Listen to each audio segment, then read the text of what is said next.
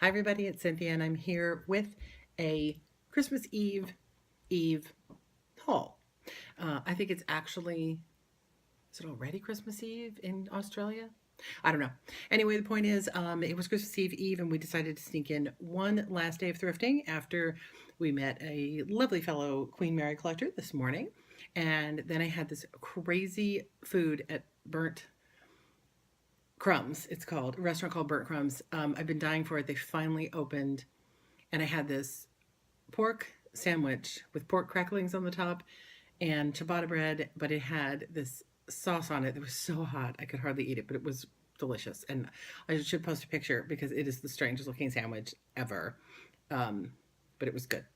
Anyway, so then we went to the Goodwill Bins. I have not been to the bins in ages, and I've been watching Nicole, who I'm sure you all know if you're eBayers, you watch Date's Place. She is a big advocate of the bins. Now, her bins are only 99 cents a pound. Ours here in Southern California are $2.49 a pound. So while that's still a great deal, it's certainly not a good deal, as good a deal as $1 a pound. We can't get as many items for the money. So we did find some cool things. I think it was pretty picked over, and they were not rotating. They did not rotate the bins once while I was there, which is very unusual. But being that it was close to the holiday and the auctions were going on, I'm not surprised. So I picked some really unusual things for me. I got a couple of things that we normally get and a couple of odd things, starting with something, because Mario is big right now. We found this cute Toad Mario. It's Super Mario brand. Girls, like a swingy top. It's got an uneven cut. I'm sure there's a name for that. Very, very light and soft. Obviously not great for the winter, but it'd be cute over top of something. Very sweet. Let me move my pen out of the way before I get something on it. Oh, I show you guys something else. This was an excellent shirt. It says on the back something made, I don't know what it says on the back, but it says Roots Rock Reggae in the typical reggae colors. An excellent shirt. This is not just a t-shirt. I don't know. I can't really read this. I think it says The Mechanic on here. You can see the tag. It's a very sturdy shirt. It looks like it's never been worn or washed. It's just, and it's a cool color. It's kind of a brown, it's a tan, but it's, I don't know. There's a name for this color too, I'm sure. Very nice shirt. Again, everything we got at the bins is $2.49 a pound. So this is probably maybe barely a pound. So this might have cost me about $2.50. Oh, this was crazy. I'm going to pick this up. So I don't know if you'll be able to really see what this is. Oh, bad color. Wish I could do something about that lighting behind me. But I think if I turn that light off, it's going to be way too dark. So this is a cape. Now, the label is what caught my eye. So I totally can't say this designer's name. I saw Neiman Marcus, and then I thought, that's the Target label. So turns out, back in 2012, Neiman Marcus and Target teamed up with a bunch of big name designers to create a line that was sold in both places. This cape, it's a wool cape. It's short. It's a short cape with a big bow and lots of glittery sequins. Was part of that collection. We grabbed it because we sold a lot for costumes and cosplayers, and I think a costume person will love this. If not, somebody would just love it as a party cover-up. Being super for New Year's, but I don't know if we're going to get it out in time. It sells for about $35 now. I believe it sold for almost $80 when it first came out. If you find real, not Target, from this designer, his items sell originally for $600 to several thousand dollars for a shirt. No kidding. So neat design, fun cape. We thought that would be a cool find. I'm going to start moving this pile actually over. I have no idea about comps on these other things. I didn't look them up.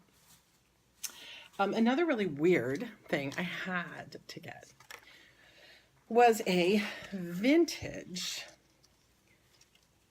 delicate pink. This is a nightgown, and it's got this stretchy applique, very delicate lacy bodice, satin bottom. And as you can see, the way I've been messing around, sorry, I keep thinking I can do without these, but I put them back on. The tags were still on.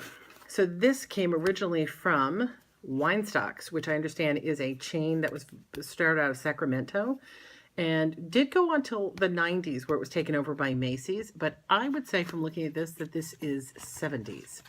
It is called Cinema Etoile, I'm assuming, lingerie, designed by Evelyn Lind.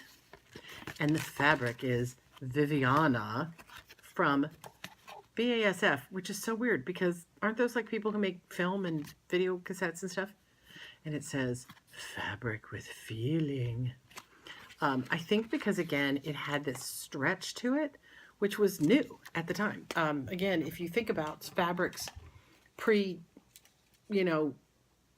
our lives, better lives through chemistry era, they were all woven and very stiff. We didn't really have a way of putting stretch into fabric. So that's why I'm thinking this was 70s and that this was very much somebody getting so excited over that.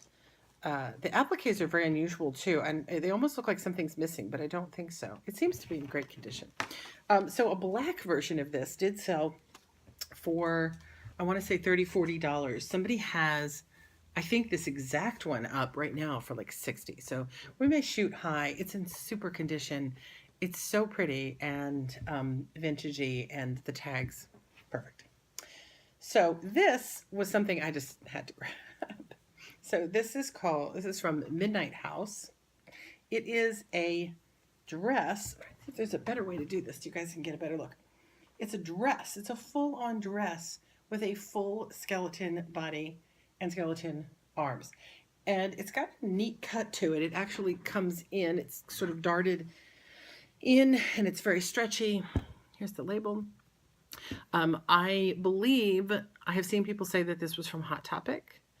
I think it's so cool. It would have been great for Halloween, but I also think it's great for anybody who just really loves this sort of dark look. And also, what a great piece for costumes. Supernatural convention. Like, come on. If you're going to a supernatural convention, would this not be a fantastic dress to wear? So, again, I probably paid about $2.50 for it. Looks like it sells for in the $25 range. I don't pick up a lot of Harley Davidson, but I did pick this one up for three specific reasons. It's a girl shirt with fun trim and kind of like a bell sleeve. It has its tags still. Ladies diamond foil, and look at this. The price, see it, originally was $40, and it says on the back, sorry, Las Vegas Harley Davidson. Yeah, and if you can see the front, it is like it's a foiled design, which